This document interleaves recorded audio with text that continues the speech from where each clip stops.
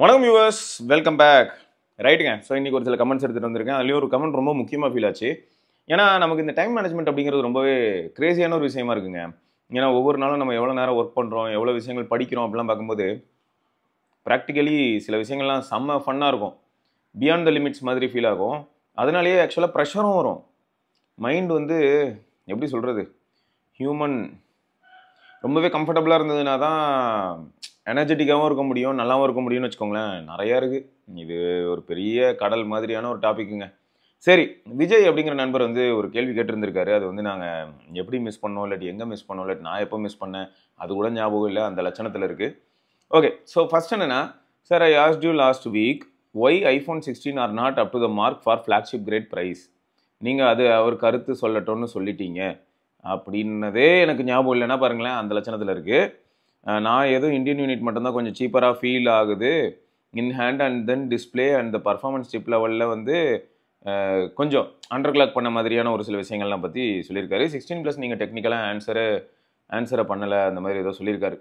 Okay, right.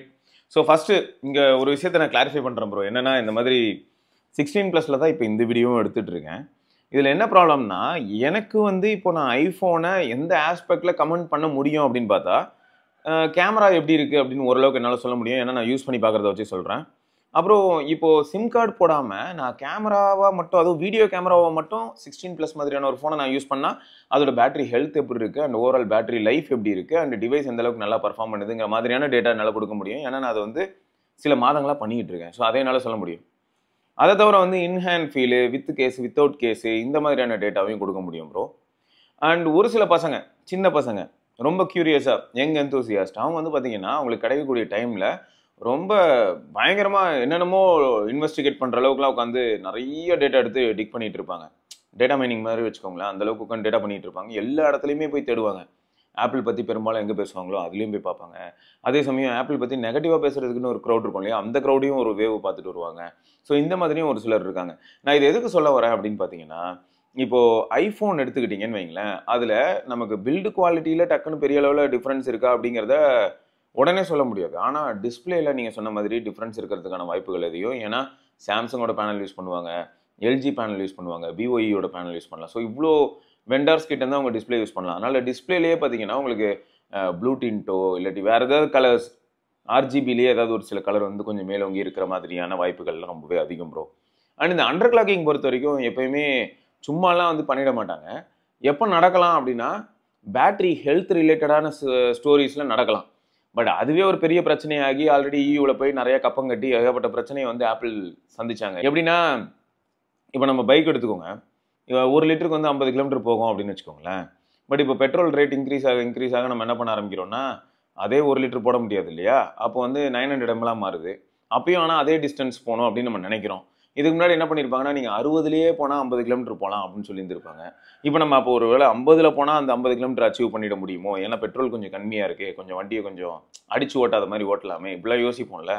So அந்த மாதிரி தான் இவங்களும் என்ன பண்ணுறாங்கன்னா, பேட்டரியோட ஹெல்த் குறைய ஆட்டோமேட்டிக்காக இந்த மாதிரி அண்டர் கிளாக் பண்ணுறது, ஒரு சில விஷயங்கள்லாம் பண்ணி அதோட பீக் பர்ஃபார்மன்ஸில் இல்லாமல் கொஞ்சம் கம்மி பண்ணிடுறாங்க. ஸோ அப்படி பண்ணும்போது உங்களுக்கு டே 1ல் என்ன பேட்டரி லைஃப் கிடச்சதோ அதை வந்து டெலிவர் பண்ண முயற்சி பண்ணலாம் அப்படின்னு சொல்லி பண்ணிட்டு இருந்தாங்க. அண்ட் இதுதான் வந்து என்னாச்சுன்னா உங்களுக்கு நிறைய ப்ராப்ளத்தையும் கொடுத்துச்சு.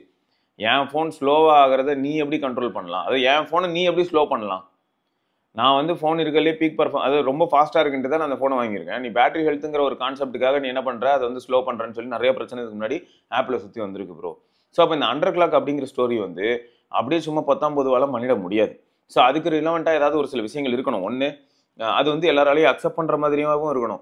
இப்போ எக்ஸாம்பிளுக்கு சொன்னால், இந்த ஒரு ஏரியாவில் எனக்கு வந்து ஆண்ட்ராய்டு ஓரளவுக்கு பிடிச்சிருக்குன்னு சொல்லுவேன். ஏன்னா சாம்சங்கில் எடுத்துக்கிட்டிங்கன்னா லைட் மோட், பர்ஃபார்மன்ஸ் மோட் அப்படின்னு இருக்கும்.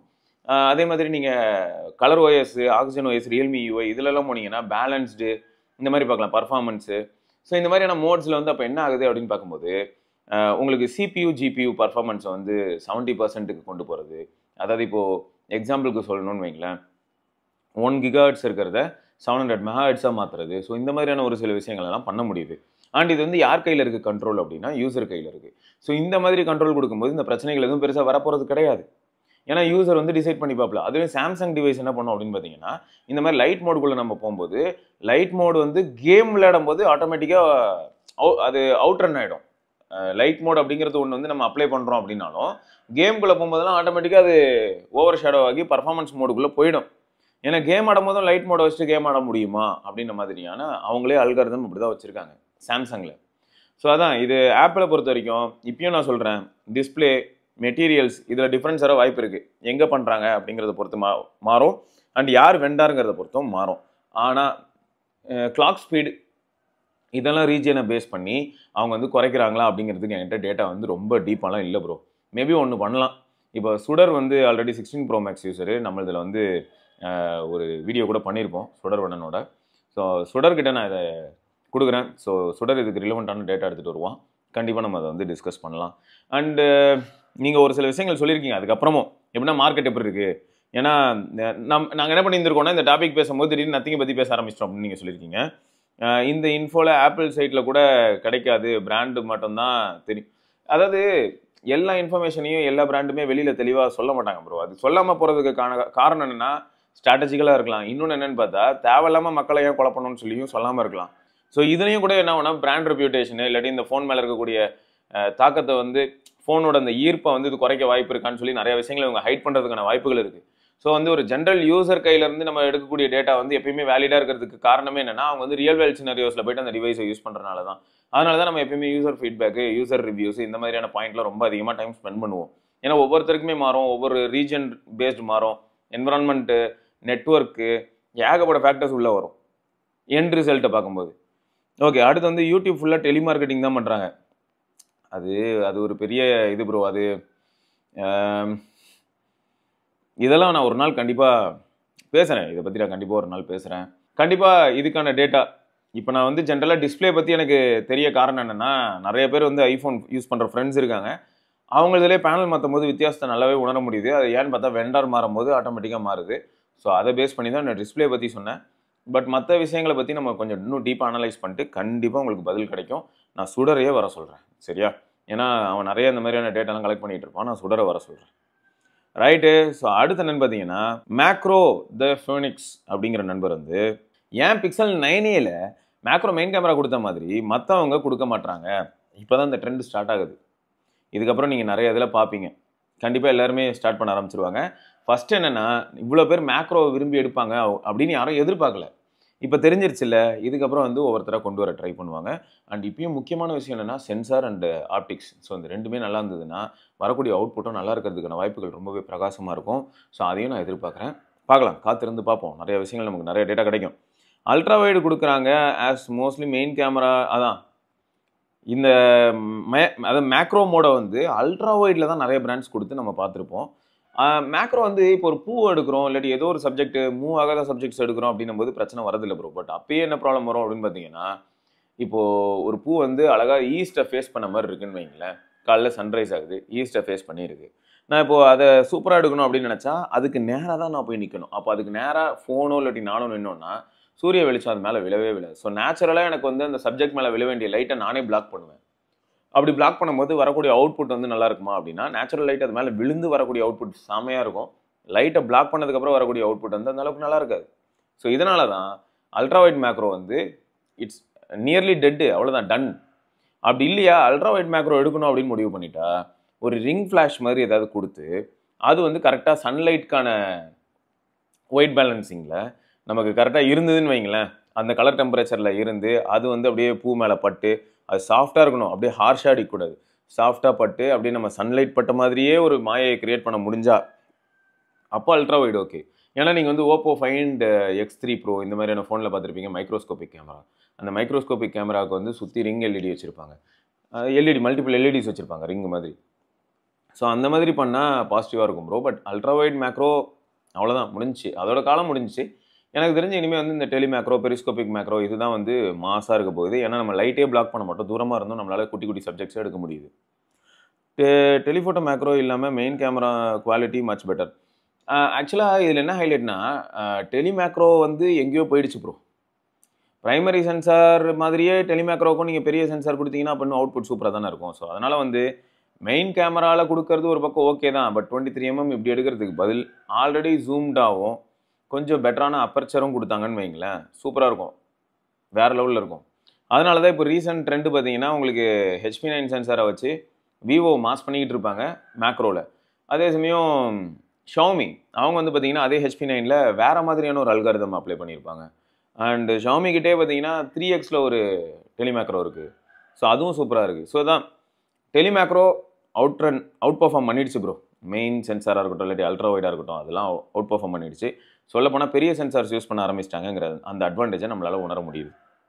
ஏன்னா 1/1.4 இன்ச்சோ ஏதோ நீங்கள் செக் பண்ணிங்கன்னா தெரியும் HP9. ஸோ அதுவும் நல்ல பெரிய சென்சார். நிறைய ஃபோனில் அல்ட்ரா வைட் சென்சார்லாம் பார்த்தீங்கன்னா 1/2 1/2.71 இப்படி தான் இருக்கும். ஸோ அதை கம்பேர் பண்ணும்போது இதெல்லாம் ரொம்பவே பெரிய சென்சார். பிரைமரி சென்சார் அளவுக்கு வந்து டெலிஃபோட்டோ யாராவது பண்ணாங்கன்னா 1 இன்ச் சென்சார்லாம் வச்சு பண்ண ஆரம்பிச்சாங்கன்னா அப்போ நமக்கு அவுட்புட் இன்னும் பயங்கரமாக இருக்கும். காத்திருந்து பார்க்கலாம். பட் கண்டிப்பாக சூப்பர். அடுத்து வந்து கார்த்திக் அப்படிங்கிற நண்பர் வந்து big fan of your channel அப்படின்னு சொல்லியிருந்தாரு. ஃபோனர்னால தான் இந்த கமெண்ட் எடுத்தேன். I am using Poco X3 Pro for the last 5 years nearly. For me, motherboard issue came within a year. Me service center replaced my mobile with same Poco X3 Pro. After this, it was fine because I won't push too much. அவரே சேஃபாக move பண்ண ஆரம்பிச்சிட்டாரு. Even I won't play games. But nowadays, my mobile is giving me lot of problems like Wi-Fi, Bluetooth, hotspot is not working properly, suddenly switching off, charging is too slow. Now I want to change my mobile. Bro, அதே பிரச்சனை தான். Already நீங்கள் CPU dead ஆச்சு இல்லையா, அதே kind of problem தான் என்ன ஆகும்னா இந்த மாதிரி ஒயர்லெஸ் ப்ரோட்டோகால்ஸ்க்கு ரிலேட்டடான ஹார்ட்வேர்ஸ் எல்லாமே படுத்து தூங்குறது, எப்படின்னா ஒய்ஃபை, ப்ளூடூத்து, ஃபிங்கர் பிரிண்ட் வேலை செய்யாது. ஸோ இந்த மாதிரி ஒன்று ஒன்றா செத்து போகும். சில சமயங்களில் மொத்த ஃபோனுமே வந்து பூட் லூப்குள்ளே இல்லாட்டி பூட்டே ஆகாத மாதிரி ஆகும். ஸோ அது வந்து இந்த CPU ரீபாலிங் இஷ்யூ தான் ப்ரோ. இந்த X3 ப்ரோவில் இந்த ப்ராப்ளம் ரொம்ப காமனாக இருக்குது. ஸோ அதனால் நீங்கள் ஃபோன் மாற்றணும்னு நினைக்கிறது தப்பு இல்லை. வேறு ஏதாவது நல்ல ஃபோனில் லேண்ட் ஆகிறது ஓகே தான். My usage YouTube, Twitter, Hotstar for cricket, camera and video want to be good, not too much. Will play COD for an hour. My budget is 30 to 40K. Suggest me a good mobile. In 1 year old is also fine. Okay. If 1 year old is also fine. Okay. Fine. So bro, இப்போ 40,000 ரூபாய்க்கு in case offer டைமில் வந்ததுன்னா iQOO 12 வாங்கலாம். சரி, iQOO 12 வந்து உங்களுக்கு 40Kக்கு வருது அப்படின்னும் போது தைரியமாக வாங்கலாம். அதே மாதிரி OnePlus 13R bro. So 13R இல்லாட்டி iQOO 12 இந்த ரெண்டுத்துக்கு இடையில நீங்கள் ட்ராவல் பண்ணுங்கள் போதும். You are settled bro. சரியா? அதனால் இந்த ரெண்டுத்தில் எதனாலும் நீங்கள் சூஸ் பண்ணிக்கோங்க, என்ஜாய் பண்ணுங்கள். ஏன்னா X3 ப்ரோலேருந்து வரவங்களுக்கு எப்படி இருக்கும்னா இந்த ஃபோன்ஸ் எல்லாம் பயங்கரமான பேட்டரி லைஃபும் டெலிவர் பண்ணும், சூப்பரான டிஸ்பிளே, செம பில்டு குவாலிட்டி, அதே சமயம் பர்ஃபார்மன்ஸு, ஹீட்டிங் மாதிரியான விஷயங்கள் எதுவுமே நீங்கள் எக்ஸ்பீரியன்ஸ் பண்ண மாட்டீங்க. ரொம்ப ஹாப்பியாக இருப்பீங்க. 13R iQOO 12 டீல் மட்டும் செக் பண்ணிக்கோங்க. சரியா? So 40K spend and next 3 to 4 years ஃபோனே மாற்றாதீங்க, என்ஜாய் பண்ணுங்கள். Okay right. ஸோ இதெல்லாம் தான் கமெண்ட்ஸு. வேறு சில கமெண்ட்டோட நம்ம திரும்பியும் சந்திப்போம். அண்டு ஃபோனர் என்ன பார்த்தீங்கன்னா ஒரு சில சேஞ்சஸ் இதுக்கப்புறம் கொண்டு வருவோம், ஷோ எப்படிலாம் பண்ணுறது அப்படின்னு சொல்லி. ஏன்னா இன்றைக்கி ட்ரெண்ட் எப்படி போயிட்டுருக்கு அப்படின்னு பார்த்தா இண்டிவிஜுவல் கிரியேட்டர்ஸை நோக்கி நிறைய விஷயங்கள் மூவ் ஆகுறத நம்ம பார்த்துருப்போம். அதுவும் இந்த போஸ்ட் கோவிட் நிறைய சேஞ்சஸ் நம்ம பார்த்துருப்போம். ஸோ அதுக்கு ரிலவெண்ட்டாக நிறைய சேஞ்சஸை நீங்கள் இனிமேல் ஃபோனர்னாலையும் பார்ப்பீங்க. அதாவது ஃபோனரைனா தமிழ், அப்புறம் விக்கி தனியாக ஒரு சேனல் ஆரம்பிப்பாப்பில், விக்னேஸ்வர் ரவிச்சந்திரன். ஆல்ரெடி பரத்வாஜ் பார்த்தீங்கன்னா பரத்வாஜ் சி அப்படின்னு சொல்லிட்டு BWJ பில்ட் அப்படின்னு சொல்லி ஒரு சேனல் ஆரம்பிச்சிருப்பான். அதை பரத்வாஜ் சி அப்படின்னு தான் இருக்கும் நேமு. அண்ட் நம்ம சேனல் இது. ஸோ இது வந்து கொலாபரேஷன் பிட்வீன் ஃப்ரெண்ட்ஸ் மாதிரி இருக்கும் இனிமேல். சரியா? நான் வந்து பரத்தை போய் பார்ப்பேன், பரத் வந்து என்ன வந்து பார்ப்பான், நான் போய் விக்கியை பார்க்கலாம், விக்கி இங்கே வந்து பார்க்கலாம், நான் போய் வட்சனை பார்ப்பேன். ஸோ கொலாபரேஷன் மாதிரி இருக்கும். மல்டிபிள் சேனல்ஸ் அப்பப்போ டிஃப்ரெண்ட் டாபிக்ஸ்க்காக கொலாபரேட் பண்ணுற மாதிரி இருக்கும். அதுவும் இன்னொரு முக்கியமான விஷயம் என்னென்னா 2 யூசர்ஸ் ப்ரெசென்ட் பண்ணுற வரைக்கும் கொஞ்சம் பெட்டராக இருக்கும். அவ்வளோ ஈஸியாக டீவியேட் ஆகாது. ஈவன் இதுலேயும் நீங்கள் பார்த்துருப்பீங்க, விஜய் ப்ரோ சொல்லியிருப்பார் இல்லையா, அந்த ஐஃபோன் பற்றி கேட்டால் நீங்கள் என்னடா பொசுக்கு எல்லாரும் நத்திங்கை பற்றி பேச ஆரம்பிச்சிட்டிங்க அப்படின்னு. ஸோ இந்த மாதிரியான டிஸ்ட்ராக்ஷன்ஸு, டைவர்ஷன்ஸு எதுவுமே இல்லாமல் நம்மளால் கண்டென்ட்டை வந்து இன்னும் பெட்டராகவே டெலிவர் பண்ண முடியும். சிங்கிளாக ஒருத்தர் உட்காந்து பேசினாருன்னா மேக்ஸிமம் ப்ராப்ளம்ஸ் அவாய்ட் பண்ணலாம். பட் 2 பேர் உட்காந்து பேசும்போது இன்னும் யதார்த்தமான ஒரு கான்வர்சேஷன் இருக்கும். ஸோ அதை வந்து இதுக்கப்புறம் நாங்கள் வந்து முன்னெடுத்து செல்வோம் அப்படிங்கிறத இந்த இடத்துல நான் சொல்கிறேன். ஸோ இந்த சேஞ்சஸ் வந்து நீங்கள் கண்டிப்பாக பார்ப்பீங்க, கண்டிப்பாக ரிஃப்ளெக்டும் ஆகும். இது வந்து ஒரு பாசிட்டிவ் நோட்டாக இருக்கிறதுக்கான வாய்ப்புகளும் இருக்குது. ஏன்னா இப்போ சிம்பிளாக இன்னொன்று கூட சொல்லலாங்க, இது வந்து எப்பயும் ஒரு பில்டப்புக்காக பேசலை. பில்டப்புக்காகனா எப்படின்னா, இப்போ பரத் வந்தானா பரத் பயங்கரமான டேட்டாஸ்லாம் கொடுப்பான். சரியா? நான் பாட்டுக்கு பரத்தை கொண்டாந்து இங்கே உட்கார வச்சுட்டு கூட இப்போ ஏஐ ரிலேட்டடான டேட்டாஸ்லாம் பரத்துக்கு நிறையா தெரியும். ஏன்னா அது நிறைய நாள் ஃபாலோ பண்ணுறதுனால அவனுக்கு அந்த டேட்டா தெரியும். நான் வந்து இப்போ பரத்தை யூஸ் பண்ணி ஒரு வீடியோ பண்ணுறேன்னு வைங்களேன், அந்த இடத்துல நான் என்ன பண்ணலான்னா வெறும்னே லிசனராக இருந்தால் கூட போதும். ஏன்னா டேட்டா கொடுக்க போகிறது ஃபுல்லாக பரத். ஸோ அப்போ என்ன ஆகிடுது, ஒரு 3 பேர் இருக்கிற இடத்துல 3 பேர் உட்காந்து பேசும்போது யாராவது ஒருத்தர் வந்து மாங்குன்னு டேட்டா கொடுக்கும்போது மீதி 2 பேர் பெருசாக எதுவுமே கான்ட்ரிபியூட் பண்ணாத மாதிரியும் மாறலாம். இல்லாட்டி அவங்க எப்பயுமே அந்த கம்ஃபர்ட் ஜோனுக்குள்ளேயும் போகலாம். ஸோ அந்த மாதிரியான கம்ஃபர்ட் ஜோனுக்குள்ளேயே இருந்தாங்கன்னா அடுத்து அவங்க வந்து நெக்ஸ்ட் லெவலுக்கு வளர முடியுமா அப்படின்னு பார்த்தா கிடையாது. தனிப்பட்ட முறையில் எல்லாருமே தனியாகவே ஒரு ஷோவை ப்ரெசென்ட் பண்ண ஆரம்பிக்கும் போது தான் என்ன ஆகும்னா அவங்களே வந்து இம்ப்ரூவ் ஆக ஆரம்பிப்பாங்க. இது எல்லாருக்குமே நடக்கும். எனக்கும் அப்படி தான் இருக்குது.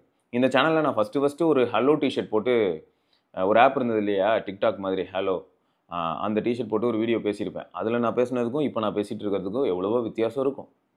அது வந்து அதுக்கு ரீசன் வந்து ஏகப்பட்ட ரீசன் இருக்குது.